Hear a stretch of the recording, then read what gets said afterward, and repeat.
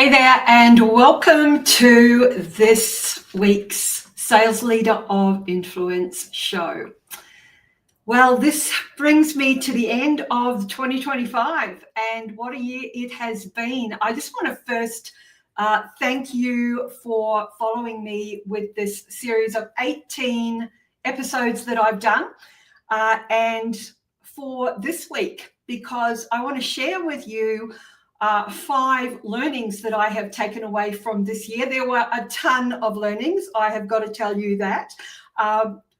Bringing it to 5 was a mean feat, but hey, I've done it. And I want these learnings, I hope that they will help you as you go into 2026. But look, let's dive into it. And really, I hope that you also do the same thing, because it was a pretty good exercise for me, quite reflective actually. And I think that even if you share it with your partner or your family or, especially your team, what you all took away from this year, and the learnings, the lessons, maybe the mistakes, the high fives, whatever it may be. But it's always a great thing to sit down and reflect and look at, okay, what are some of the things that we can, I guess, evolve from, iterate, and take into the next year. So let's take a look at what I took away from this year, that I hope that there's some nuggets that you can, I guess, learn from me.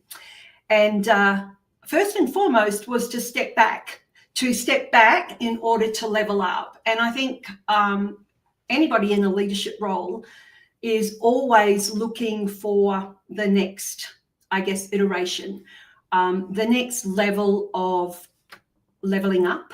And we are today more than ever are just surrounded by so much noise and so much drama, so much confusion, so much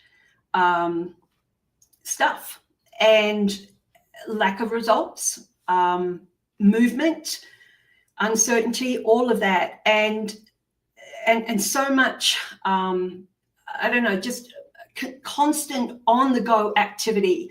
And it's so important for our growth, our mental health, for all of that, to give ourselves permission to step back. And in whichever way you interpret stepping back. And for me personally, stepping back meant slowing down.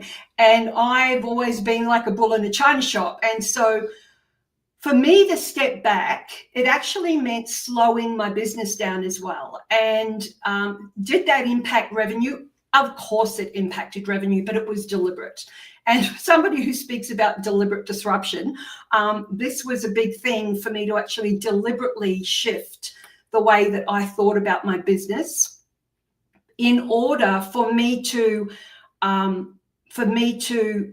strategize moving forward. So was anything broken, or was I lost or depressed or anything like that? Absolutely not. It was the fact that I wanted something bigger and better.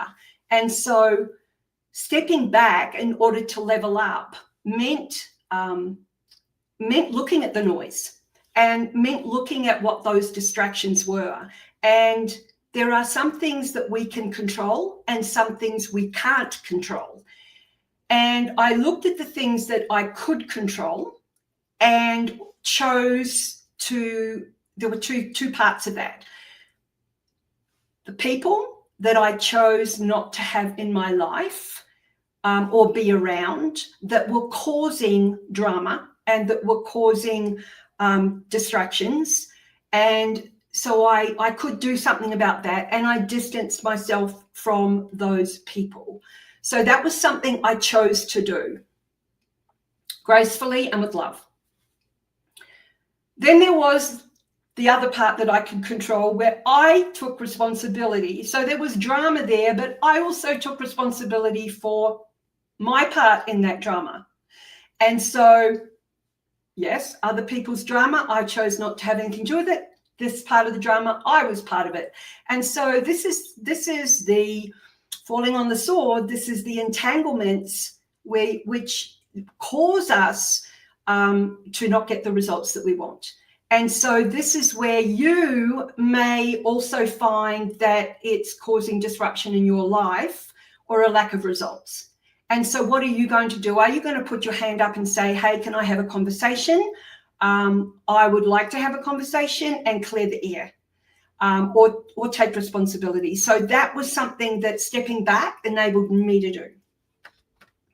Okay, putting my hand up there. I also was able to look at the standards, my standards, and elevate those standards. Which, of course, at the end of the day is always going to lift and level you up. What are those standards that you are tolerating about the way you show up as a leader, as a partner, as a parent, as a friend? What are those standards? What is it that you're tolerating that you don't wish to tolerate? And then what is it that you are resisting that is actually stopping you from moving forward? So there will be something that's blocking you somewhere, that's preventing you, that's making you procrastinate, that's stopping you from moving forward and doing what it is that you really, truly want to do. Fear, embarrassment, vulnerability, there will be something. So to give yourself that space to sit with yourself and be honest with yourself. So it's not always strategy, it's not always numbers, it's not always activity, it's not always go, go, go. It's giving yourself that time away. And I would highly recommend it if you're not doing that already, not just for yourself, but for your team. And so your team may not be firing on all cylinders. Maybe it's not strategy and numbers and go, go, go all the time. Maybe your team needs some space. So that's my first learning, is to step back and to kind of provide that. And I've had conversations with other leaders around this in coaching conversations, and also, you know, having the right people around you as well that bring you the right level of energy, the right level of happiness, the right level of intellectual conversation is really important. And so that's my number one. That's one of my learnings, not number one necessarily, but it does lead into my other learnings. So number one. Learning number two, lesson number two is around money. It's around metrics, and it's around money, and it's around conditioning.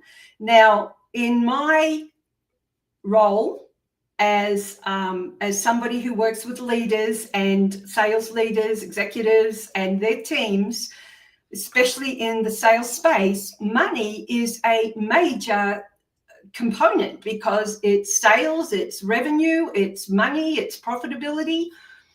And when you've got people going out to the marketplace to sell and to bring in money, and you have people responsible for that, and they are conditioned around the meaning of money, then this is a huge blocker. And so not just for other people, but for me as well. And so I engaged a mentor around investments and around money for me personally, but also so that I can up-level my ability to have deeper and broader conversations with my clients and bring even more value to my offering to the marketplace. So we live in this environment today where it is all about getting, get, take. What can I grab? What can I get? And it's the world that we're in today. When it comes to money, my learning this year, probably the biggest learning that came out of, you know, my engagement, and I'm still part of this this world, is that money is you. You are money. And I want you to take that line away with you and really give it some thought. You are money, because money is energy. At the end of the day, money is zeros and ones, and money is bits of paper. And yes, money is a value of exchange and all the rest of it, but money is you. And I want you to think about the fact that rather than taking and getting, and we invite money in. Money, it's an invitation. And it's the ability for you and your leadership and your sales team and you personally to be able to receive money and not take and not get. And this comes from an energetic exchange. So when you boil it down, you are money and your level of energy is money.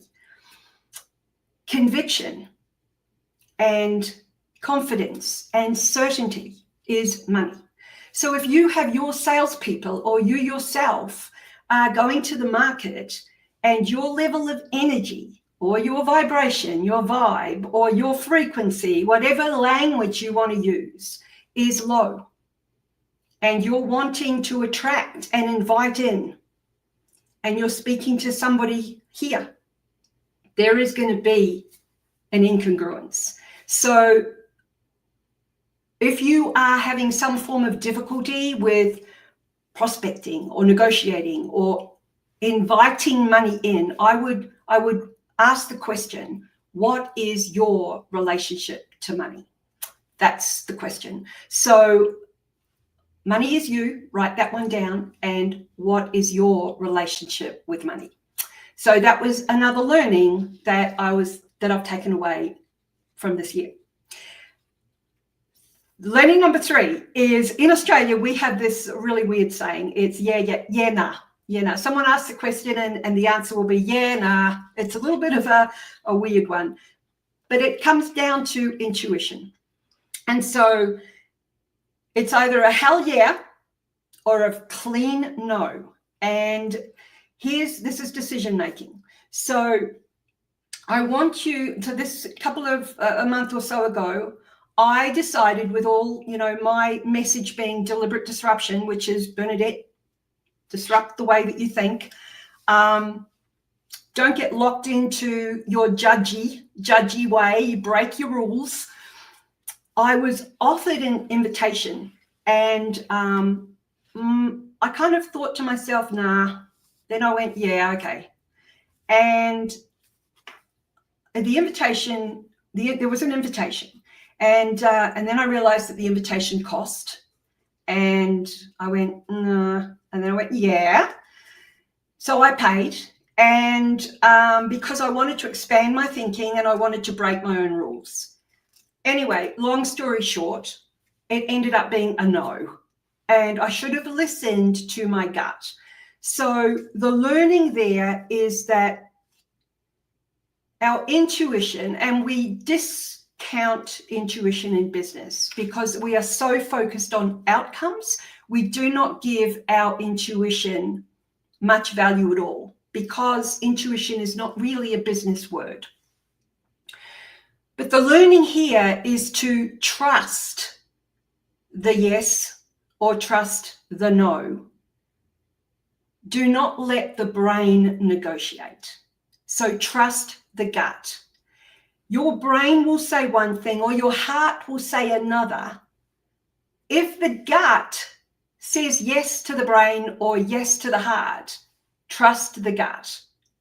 Because when you have given yourself the space and the silence, and you're not go, and you can sit in that space and you listen to yourself, your gut will talk to you. And from a biological perspective, your intuition is wisdom.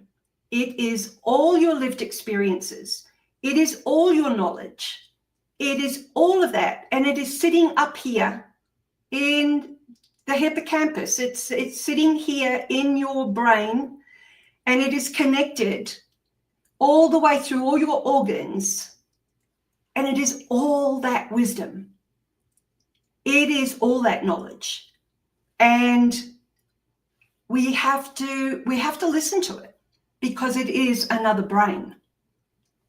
And so that is another learning that really came home hard to me this year. I dodged a bullet.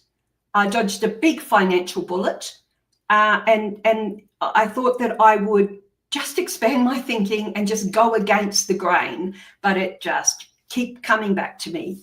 Bernadette, listen to your gut. So that's my learning there. My fourth learning is new identity, new market. Now, I don't know if you know this, but I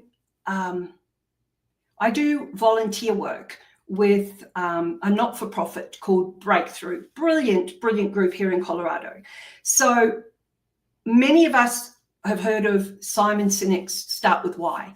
Well, I would discount that. I think it's Start With Who, because no matter how big your why is, if you don't know and you haven't got a grasp on your identity,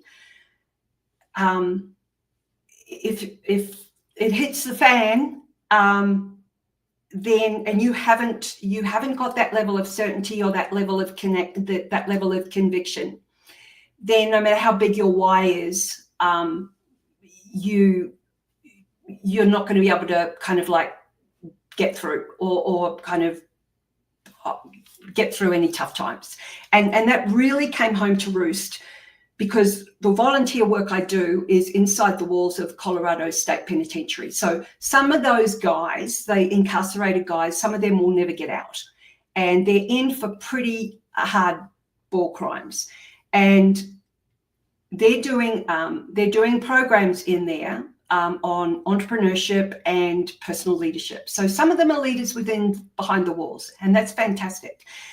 And my point here is that you can do all the training in the world and all the courses in the world, and you can get all the certificates in the world, but they mean nothing if you don't up-level your identity, if you don't go up another level in who you are becoming.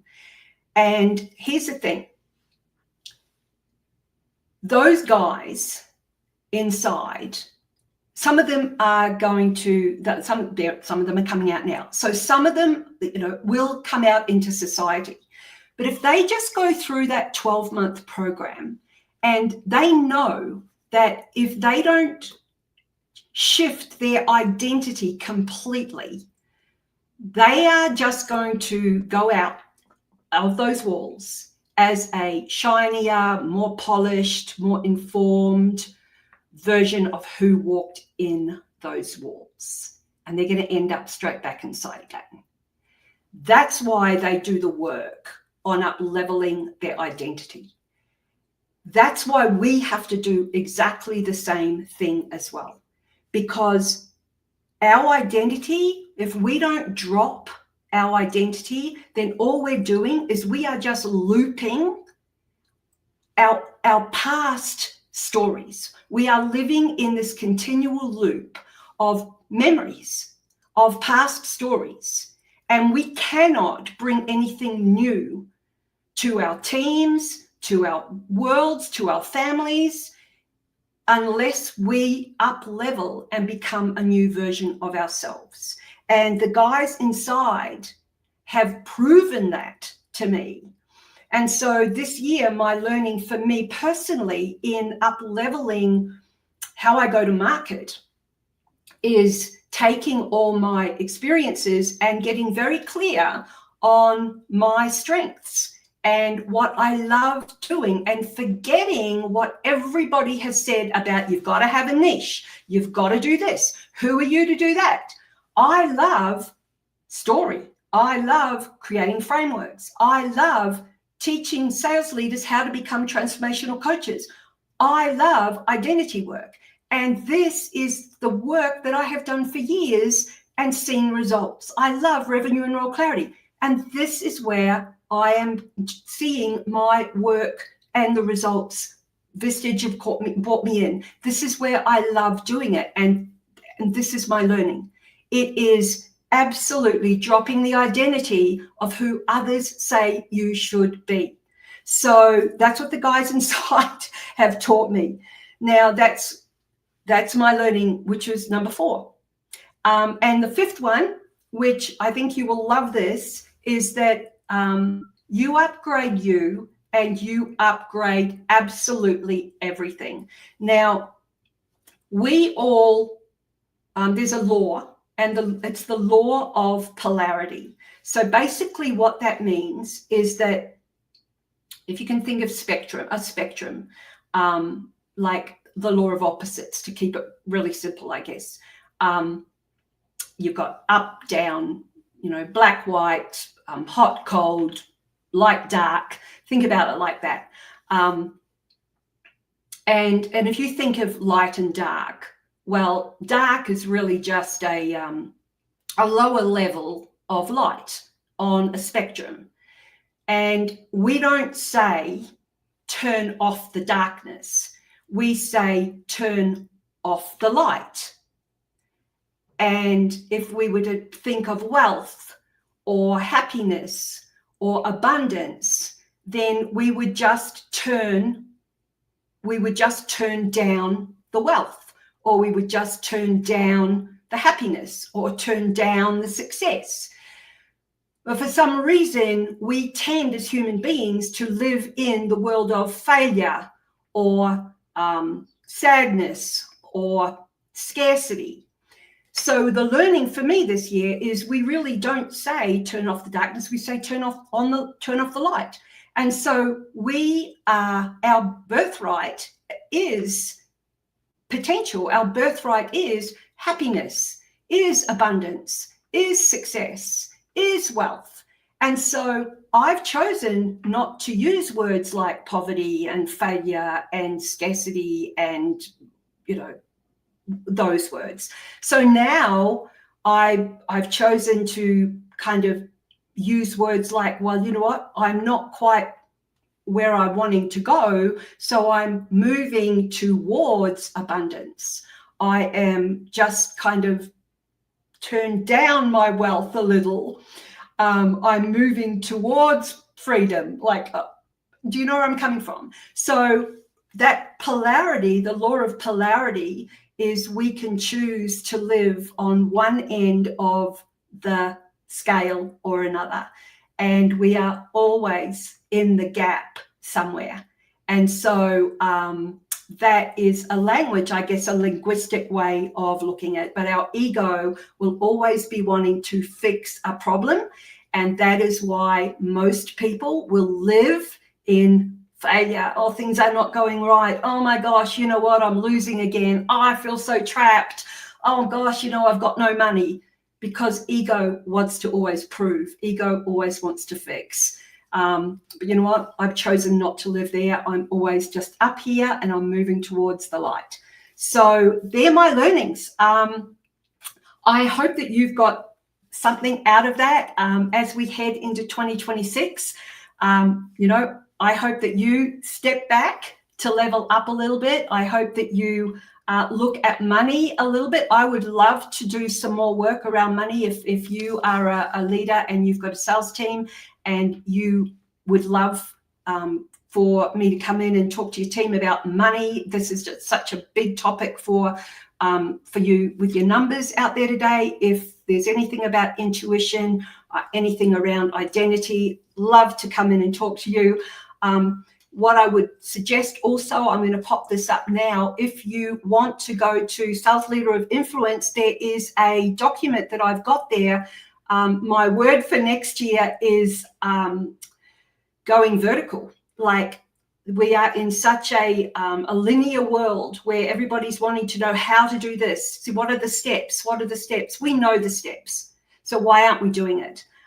So this is Sales Leader of Influence. Go and download the paper that I've got there. I think you'll find that very insightful. And look, the operating system that everything works on is your identity. Everything else are the applications, and too many people focus on the applications. We really need the operating system sorted, and Sales Leader of Influence has both the operating system and the applications. And look forward to speaking to any leader who is interested in speaking with me about you, your leadership, and your team. So on that note, I wish you a very Merry Christmas, Happy Holidays, a very safe New Year, and I look forward to seeing you in some capacity in 2026. Bye for now.